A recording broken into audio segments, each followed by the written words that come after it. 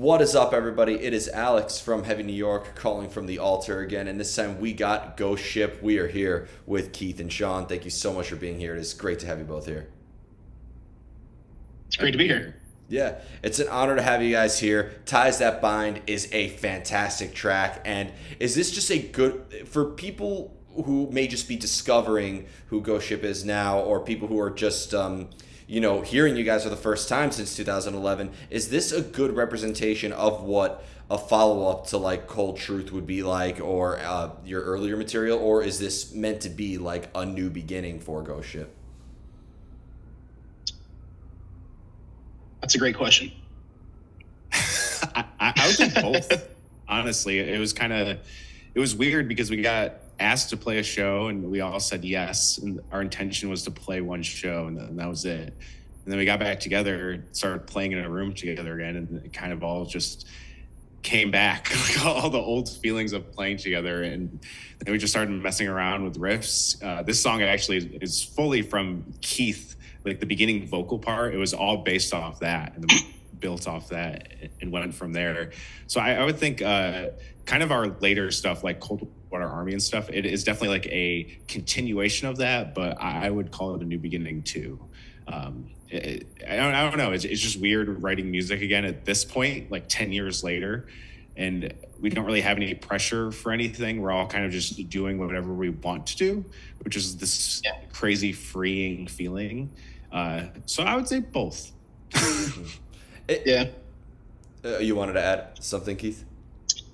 Yeah, so I think that the cool thing with this song was that it came about really like I kind of had the hook in my head for a little while, and then we started playing shows and we got back together, and we hadn't really hung out much in a long time. But when we got the band back together and we started playing, and then the really cool thing was all of our friends kind of came out of the woodwork, like people we hadn't really seen much, and this thing happened, and like the song like happened because like this crazy organic thing happened. This like, holy shit, this still happens. This really cool, like, wow, these people care, and we still care, and this fire still burns. So the songs, and we didn't have to, we didn't struggle to write this. It just sort of happened, and we didn't. The writing process was so easy. We you know, before we didn't know what we were doing. You know, we struggled to write a little bit. We didn't know the direction of the band, and we got together in a room. We threw some ideas around. You know, it just, hey, let's try this, let's do this, and then you know, we were doing the song. We were like, this is what we want to do. You know, this is rad, and we realized this is sort of like the next evolution of what we're gonna do. So I think this is it's like an evolved sound of all of Ghost Ship's past and sort of where we're headed to the future. So I think this is like the next logical evolution of what we're gonna do. You know, so super fun, super high energy, and you know, that's the thing. When a band does get back together after, you know, a long layover or hiatus, and, you know, you're making music, I mean, it's always good when you all get back together and, you know, you all reunite, and being like the hardcore kids that you were, that never leaves you. But at the same time, you know, we all grow, we all develop. The only constant in life is change. So when you, starting with revisiting the older material, do you maybe feel a little bit differently? Like, has it had different meaning to you revisiting stuff from Cold Water Army or Cold Truth? Does it almost feel like there's different meaning behind it, or revisiting older material, it puts you back to the mindsets you were when you were first making that material? I don't think so. I don't, that stuff, especially Cold War Army, because Keith joined later than me. I joined like right when Cold Truth came out. Okay. Basically, is when I joined. I started as a fill-in guitar player, and then they asked me to join full time. And then we had a vocalist change after, like a few years after Cold Truth came out. And that's when Keith came in. So we don't really even have any. We didn't write anything for Cold Truth at all. But we were so used to playing those songs, and we've just recently integrated playing Cold Truth, the song, for the first time since getting back together. We were almost like, let's leave that stuff in the past. It's not even really what the band became when we broke up, but there's still such like a love for that song and some of the other songs that we're kind of integrating them back in. So I guess there was like a disdain towards that stuff at first, I think. And but now it's not there. We're kind of just like letting it go, because if people want to hear it and people get stoked when we play it, that's really all that matters, is having a fun and energetic live experience. Is kind of what we were always known for, and we want to just continue that and keep going with it. And I don't know, Cold War Army has like the most special place in my heart. It's like some of the favorite stuff I've ever written in my life or been a part of musically. So being able to play that stuff again when I never thought I was going to is, I don't know, it gives me like a different appreciation for it, I think, maybe, but I don't know if I have a different feeling like revisiting it other than that. Yeah. As for you, Keith, because when it comes to both, executing the sound from your voice and incorporating the lyrics, playing stuff that you were present for in the writing versus stuff that, that maybe you've performed that you weren't there for the writing section, does that almost resonate with you differently too? Or does that maybe feel like you channel a different energy into the songs that you have wrote versus the songs that you have just performed? I struggled at the beginning to try to capture, to try to walk into somebody else's shoes for a little while. After I had written the first couple EPs and we had sort of gotten my own stuff sort of integrated, we did the Carry the Flame EP, and then we got the Cold Water Army stuff, and I'd sort of gotten my own voice and flavor or whatever involved in the material, and we've gotten, what I really want to do is I wanted to get I didn't want the Cold Truth stuff to be the high point of the set. I wanted the stuff that I was doing to sort of like be the thing, so we got a couple of songs like Burden to Bear and what was, I guess, Here and Now is our kind of probably our biggest song at this point. So I feel like I kind of got the peak kind of thing going. So I feel like I kind of won the war, as far as that kind of thing. So I kind of got it. I was able to sort of like write the hit or whatever and get the thing that I wanted. And it's kind of a weird personal thing, but like I was able to sort of feel like I'm not like singing somebody else's song, doing the thing, because like the band had so many changes. We've only got a couple original members, and it's weird to like have a band and be in a band that's so old. The members have changed, and like I'm singing somebody else's song that hasn't been been in the band for a long time. And it's this weird sort of thing where it's hard to like get into that mindset where I've got to like sing somebody else's song. There's not a lot of original guys in the band, and then the crowd's kind of going off for a song that's like it's 12 years old or whatever, it's 15 years old or whatever. It's like this weird thing. So I wanted to just write a couple new songs, get the energy up, get the fans focused on this newer material, write some stuff that was like gonna really capture the newer kids, get the old kids involved or whatever, and kind of get the new stuff. And once I kind of got that stuff, Carry the Flame sort of did it, and then the Cold Water Army stuff really did it. We got a couple songs in there that are like our bangers, that the ones we really that send it for the shows. Once we were sort of able to do that, it was a lot easier to go back to the Cold Truth stuff and feel more. I'm more comfortable now. Like now, if we play Cold Truth, I don't care. It's great. Kids like it. I'm comfortable with it. It's a weird thing to be sort of like proud or whatever. I don't know how to. But it's like when you're singing somebody else's stuff and we don't have the original members and stuff. It's a weird thing. Sean and I are like, I think it may be a little weird for us to like have to like sort of. It's like we're a cover band or something at some point. It's like weird, but we're over it now. This is years ago. Now that we're back, we're gonna probably revisit some more of that stuff, and it's over. I mean, we're gonna do it. I mean, we're gonna probably do the comeback. We'll probably do some more of the other songs, and we've grown up and gotten past all that stuff. And it was kind of silly at the time, but at the time, you're walking into a band and you're trying to like fill somebody else's. People are looking at you on stage, like waiting for you to play that, and they don't care about the new songs. Like the stuff that I've been writing and we've been working on, like. For the past, we were doing the band 10 years ago or whatever, they're like, hey, we got this new EP coming out. And the kids are like, yeah, we don't give a shit. Yeah. Play the song, play Cold Truth so we can get out of here, kind of thing. It's like, damn, we really want you to, we want to play the new stuff, And so we wrote the new stuff and we really put a lot of time and energy into it. And then they got the new stuff and it got just as good a reaction as the old stuff. So now we're going back into the old stuff and we're going to play that stuff. And it's just the same. I mean, we get the good reaction, the good, across the whole set. And that's what we want. We want the dynamic, cool, high energy across the whole way. And now it's pretty good the whole way. So old kids like the old stuff and the new stuff. The new kids like the whole thing. It's good. So I'm pretty comfortable with playing the stuff now. The whole set. We're gonna play that stuff. We'll play it. It's not a big deal. And you mentioned the word mindset too, and post-hardcore. I wanted you like to kind of both elaborate on this question because Ghost Ship is definitely a freaking hardcore band. It has, I think, what I love about Ghost Ship is that it's like a bridge between old school, like Sick of It All, Cro-Mags hardcore, and then a lot of like that post-hardcore sound from like what we would hear in like Poison the Well or Glassjaw or bands like along that. Shout out to Long Island. But like when it comes to the mindset of hardcore, because there's a vocal, I feel like that there's a way to incorporate those vocals. There's a way to incorporate those riffs and that chord progression. In terms of the mind, but at the same time, I feel like a Ghost Ship song or a hardcore song in general really captures a moment.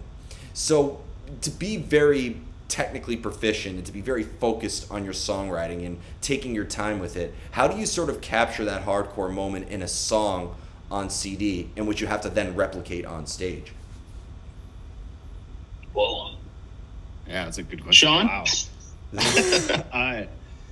I think a lot of it is the lyrical content of us. I mean, obviously a lot of the like the riffs and stuff are very like hardcore bass. It's just crazy because all of us kind of like, none of us listen to the same stuff, which I think is kind of what gives us like a unique spin on things when we write, because we always bring in different ideas from like just the different stuff we listen to. I love that you brought up like the post-hardcore stuff, because it's like that's like kind of my like the early 2000s like rule my life as far as music goes. And I mean, Keith booked Hellfest, so it's like he ushered in that era of music in a weird kind of way. And he was an architect and founded Hanging, so he's very used to that stuff. So it's almost like him coming into a hardcore band was kind of like foreign for him. It was so we make the joke sometimes about like the way he writes vocals, because it's like now he has to be accustomed to like a 4/4 time rather than be in some like weird time signature and just like chaos and noise. But I do think it's what Keith does lyrically, and I think if you like look at the lyrics from Cold Truth to Carry the Flame to Cold War Army, I think they got more broad as far as like the hardcore spectrum, because like obviously we're a straight edge band, all of us are straight edge, but our music lyrically kind of evolved past that because our fan base was past that, and we didn't want to alienate anyone listening to us. So when people were like, "Oh, I'm not straight edge, but like I love your band," I'm like, I don't care. Like that's fine. Like it's like, and that's kind of what I love about what really got included lyrically. I mean, there's a literally, you talk about moments, like one of our biggest lyrics is like, these are the moments that we live for. It's like how we end our set. And like that's to me like what hardcore is about. It's like all these people coming together, screaming their lungs out to songs they know, you know, and like that's the antithesis of this band. And when that stuff happens, there's like almost nothing like it. You know, when you have, you know, a whole group of people screaming words that you helped, you know, cultivate in these songs back at you, is like, there's nothing more like hardcore than that to me. Well, I've always said that hardcore is just as much of an adjective as it is a noun. So like you could describe a band, like I've heard people call AC/DC hardcore, and they're not saying, oh yeah, they're a real hardcore band, but like, man, those riffs are freaking hardcore. I've heard people call death metal, you know, that's really hardcore. Like, but you know, it describes how heavy and hard hitting something is. But then, I didn't know that there was a difference between metal and hardcore. I walked into my first hardcore show was Agnostic Front and Madball, and I'm wearing a Bullet for My Valentine shirt, thinking that it was just going to be like any other metal show, and boy, did I learn that day that it is different. But I never understood. To me, like, Agnostic Front is just as brutal as like a Slayer or a Testament or something like that. So I never understood how one could appreciate the intensity of a hardcore band, but not the intensity of a metal band, and vice versa. Yeah. Yeah, I mean, we're kind of all about all genre stuff. It's like it's funny because we almost usually play like not traditional hardcore shows. You know, we kind of all kind of live in the metalcore realm. I don't know. We've never been like a cool guy hardcore band, and that's fine. I don't expect us to ever be that or anything, but like, you know, we'd rather people who just like want to see us and appreciate music. It's kind of like that. It's like, what does genre even matter? You know, like we just want to play with cool bands and you know, have the people that come to our shows feel welcome and not alienated, and you know, feel like they need to like know this crazy tenure of hardcore's past or something. You know, just you come to a show and have fun. That's it. That's all we care about. Yeah. And Keith, you wanted to add something too about the whole topic of what makes something hardcore and whatnot. Yeah, I guess with Ghost Ship being hardcore, what I really think about when I'm working with us now is I really think about the dynamic of Ghost Ship, and as the frontman for the band, I think about I've seen bands, I've been in hardcore and metal bands and punk bands and whatever for 30 years. I really focus on the interaction of the band and the crowd. And I think about when we're writing and I think about, we're a punk rock band, we're a hardcore band, whatever the hell we're selling ourselves as, we're a metal band. Like, we need to be directly involved with the crowd. So when we wrote, our last single here, we I knew that I needed to, you can't reinvent the wheel. Hardcore punk rock, these songs and these lyrics have been said thousands of times. So I'm not saying anything that hasn't been said before, but I need to say it our way. We're going to have our sound. We got our, we got a couple of guitars, bass, some drums, and some vocals. We're going to run around. We're going to jump up and down. We're going to scream, whatever. So like, we're just going to do this. So like, it's been done. We're going to do it our way. Right. So I need to get this message of positive, whatever. We're going to directly interact with the crowd. So when we write this song, I want to make sure that the crowd knows that it's time for us to all kind of get involved. So the song, if you listen to the song, the first time you listen through it, you're like, okay, I get it. The second time you listen through it, if you listen to the song, you know that it's meant to be directly crowd interactive. I mean, there's sing-alongs in it. The hook is there. There's no like surprises. If you listen to the song 5 times, you got it, right? I mean, it's a punk song, it's a pop song, it's right there. This is like color by numbers. This is easy. So we're giving you it's right there. So like, there's no surprises. This isn't Dillinger Escape Plan. Like, we want you to be directly involved. I want you to climb on the stage and jump off the drum set. Like, we want kids to just come to the show, have fun. We want you to go crazy. We want you to have fun. We want everybody to be there to do this thing. So like, trying to we're not elitists. We're not super cool. We want everybody to come to the shows and just go crazy. So we're a live band. Like, that's what we do. So we play to like metalcore kids and hardcore kids and punk rock kids. And if we're too cool for any of those guys, like, we don't care, because there's enough people in all those subgenres and groups that like, we play with whoever, and hundreds of kids come out and hang out with us. And I don't really care who comes out. There's enough kids. We cover enough bases and we put on a cool show enough where like, it doesn't matter. But we're a straight edge band, we're a hardcore band, but like, we cover enough, like with our lyrics and stuff. Like, we have straight edge songs, we have lots of them, but we also have enough songs about friendship and bonds and unity and hardcore and all this, these encompassing ideas. But there's more to the lyrics if you read them. Where kids, it's like Hatebreed, like Hatebreed's got all these positive songs about all this stuff about like picking yourself up and all these positive things, where kids of any metalheads, punk kids, like hardcore kids, they can all identify with these ideas, these concepts of like making your life better, finding friends, like finding something out there in the world that you need. Like that's why they're great. That's why that's all we're doing, is just like taking these same things that kids have said before. It's our way of just taking these simple concepts and like putting them out there. And taking and for Ghost Ship, I just take these ideas and I want kids to interact with us. So we're gonna write these songs. So like, I want kids to come on the stage, take the microphone. I want kids to sing along. Like, there's going to be these big hooks, these big choruses. There's going to be these like opportune moments for kids to like sing along and like jump off the drum set. Like, it's easy. We just write this. That's what we're gonna do. So that's what hardcore to me is about. It's high energy and get involved. Like barricades. Screw them, like these big pits and whatever, like all that stuff. I want kids to just be, involved with us. So, but we don't want to be on a stage far away from the crowd. We want to be down, old school style, like in your face, down there in the crowd, involved with what's going on. So that's what hardcore and punk rock has been to me for my whole life. So we're going to continue to I will continue to write, knowing that the kids in the crowd might be their first show, or they might be their 50th or 150th show, so I want you to see us for the first time and just get it. There's no, what the hell was that all about? I want people to just be, oh, I get it. First show, first song, right out of the gates, bomb goes off, here we go. So, well, I wanted to ask though, because to achieve the technical proficiency, because I've always been so impressed with how rhythmic driven hardcore is, and I think that when I listen to a Ghost Ship song, the technical proficiency on there is truly a force to be reckoned with, just as much as the message and meaning. But with the crowd interaction and sort of stage presence, do you almost practice that? Is that something you could really prepare for? Because to execute your guitar parts, to memorize those lyrics, that is a priority as well, and that is something that has to get done. And then I feel like the crowd is almost an additional instrument that you have to play on stage. So do you almost practice that? Do you almost kind of have to like kill each other in the practice space to...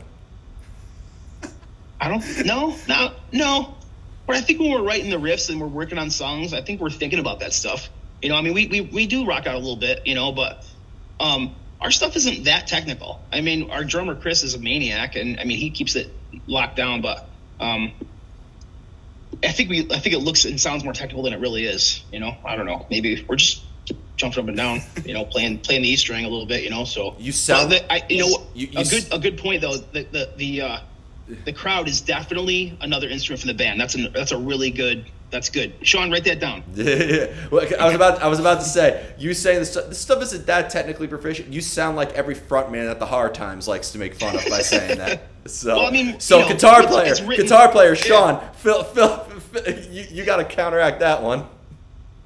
I mean, like we're a tight band, and we try to kind of like Matt and I kind of try to like push our stuff to like bring it to another level, but the stuff is fairly simple, honestly. Like hardcore in general is fairly simple, but it's effective, and that's kind of why it works. Yeah. But we don't really.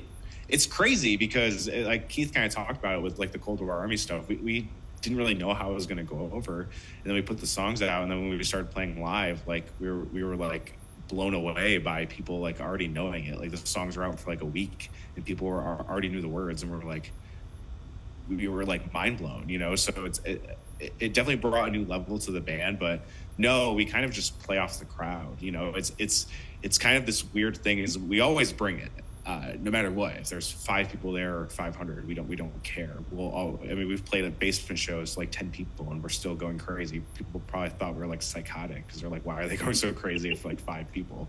But the crazier the crowd is, the crazier we will go. That's for sure. It's definitely a kind of a ebb and flow with that kind of thing, because if you start off a set and it's immediately crazy, it's the recipe for a perfect kind of energy to get things going. You know what I mean? Well, because when you are recording and you are songwriting and you're in your rehearsal space or your little songwriting spot or the vocal booth in a studio or whatever, you know, it's a very static and very controlled environment. You know, isolation is really not something that goes along with hardcore, but every artist, that's almost their drug in a way.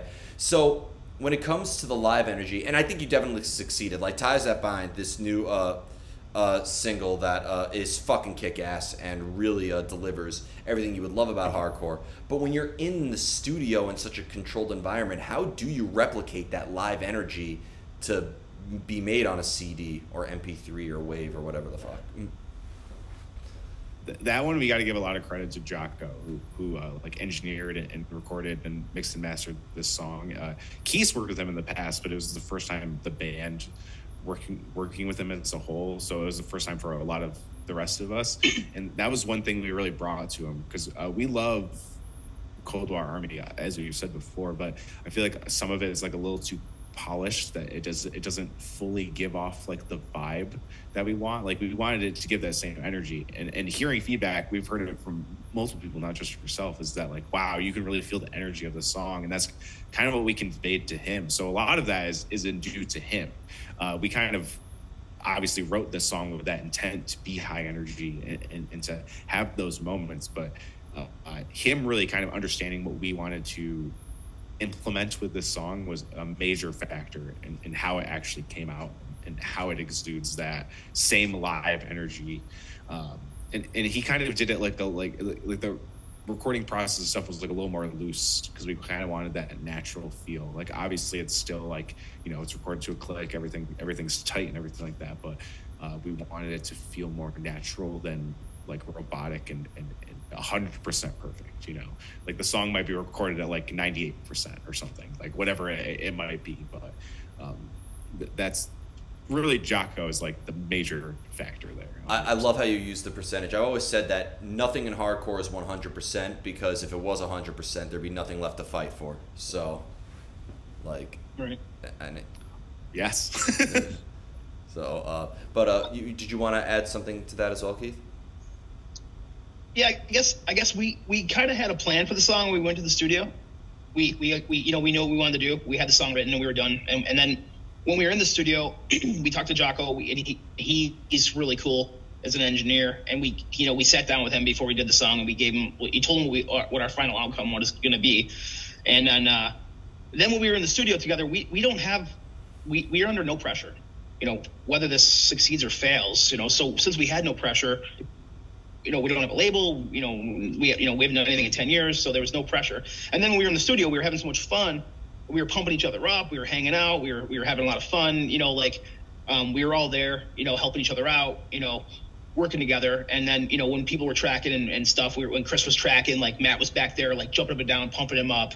You know, when I was tracking vocals, you know, Sean and Kyle were there pumping me up, like, you know, where everybody's like jumping around, you know, everybody's there just like hyping each other up. And, you know, so the energy, everybody was there, you know, sort of, you know, hyping everybody up and making sure everybody was there to deliver. So it's cool. We all had each other's back the whole time, and that sort of gets the energy up that way, you know. So we weren't like, you know, some bands will go record, like they're all like there at the studio, like one at a time by themselves in the dark, you know, like there's no, you know, we sort of like, you know, we were eating lunch and hanging out, and like Matt's kids were there, and like our friends were showing up, and like, you know what I'm saying? It was cool. It was a really, and because we were relaxed and having fun, and then when it was time to do our parts and stuff, we were, you know, people were checking tones, and we were like, yeah, man, this is killer, you know, crank this up and doing this, and we were double checking stuff, and we were listening to stuff together, and we were, you know, nobody was like, you know, guitar tones, like we were all helping each other out, like drum tones and stuff, we were all listening, you know, it was like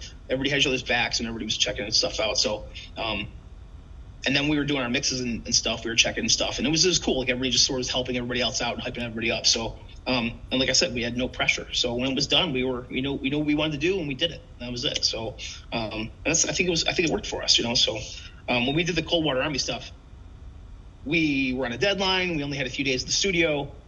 We were in Massachusetts, you know, we were out of town, you know, here in Syracuse, we were at home, you know, so we, you know, get to go home, you know, we did it in a couple of days. I had to go back, do some edits and stuff. We went back, you know, it was a totally different environment. So, we'll probably continue to do that stuff here at home. But when you're on somebody else's dime, driving out of town to work at another studio, and you're on a deadline, you know, and things aren't working out, you start crashing and burning because you know, things aren't working, you know.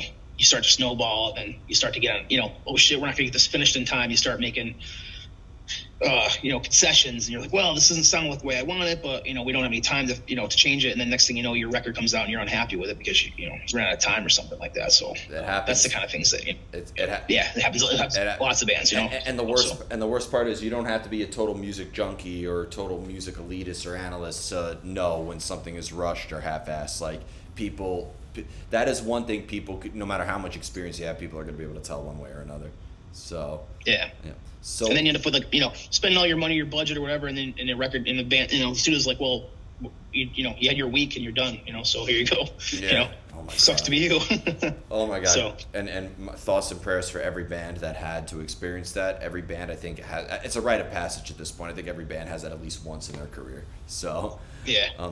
Before we go, I want to thank you both so much for your time. Thank you for continuing to give us new music, and thank you guys for coming back. There's a stage in New York City with your name on it. We need a Ghost Ship New York City show happening very soon. Is there just anything else with Ghost Ship you would all like to promote with the release of this new music, or what else we could be expecting for the near future, if you're allowed to say at this time, of course? Yeah, we got a show in Syracuse, June 28th with The Ties Today, which is going to be really cool. We're really stoked about that. At the Song and Dance, Gainer and With Teeth. With Teeth is like members of I love With Teeth. Dies, Ed Gein. So I'm very stoked to play with those guys, and like kind of that's their first show. So Stoked to see them live and hear some music for that. And Gainer's just like an awesome local band. And getting to play with it guys today is really, really cool. We have some stuff in October that we can't announce yet, but it is out of state. That's all I'm going to say. And it's really sick. Well, that's a teaser because I know it's not going to be in New York City because you're saying it's out of state and you're in Syracuse. I'm like, yeah. God damn it. That's a tease. But we need to get to New York City. We actually have never played New York City. Ever. Then you're not a real hardcore man. What the fuck? No, I'm kidding. We never got the right offer. So if we get offered the right show, then we'll come down to New York City. That's all that's got to happen. And we have new music in the works too. We haven't recorded it yet, but we have a few songs pretty much done that we just kind of tighten up some loose ends and get it all solidified, and then we're gonna record a couple more. And the plan is just releasing singles for now. That's kind of our plan for now. Just keep things rolling and just keep fresh stuff coming more consistently, I guess. Oh yeah, and it's so great to have you all back, and thank you for being here. I'm going to hang up and call a bunch of promoters right now to make this happen. But, good. Thank you. Thanks. Thank you so much, everybody. We are here with Ghost Ship, Ties That Bind. Be sure to pick that up. This is Alex from Heavy New York. We will see you next time. Thanks, buddy.